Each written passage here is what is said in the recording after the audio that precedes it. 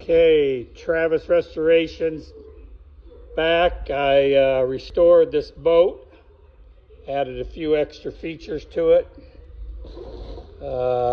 Painted the hatches, put the carpet on, got new seats. They came out good. I got a little step over seat there. Painted the outside. That came out nice. Went ahead and changed a few things around. I actually put my battery in here. I'm going to put another battery in there.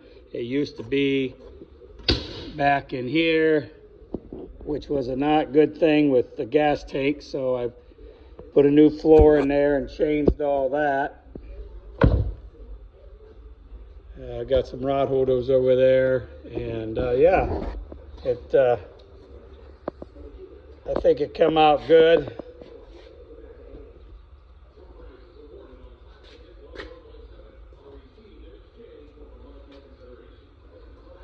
And once I get it off the trailer, I'm going to redo the trailer next.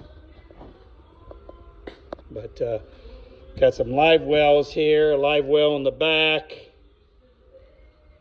Just worked out really nice. Thanks for watching.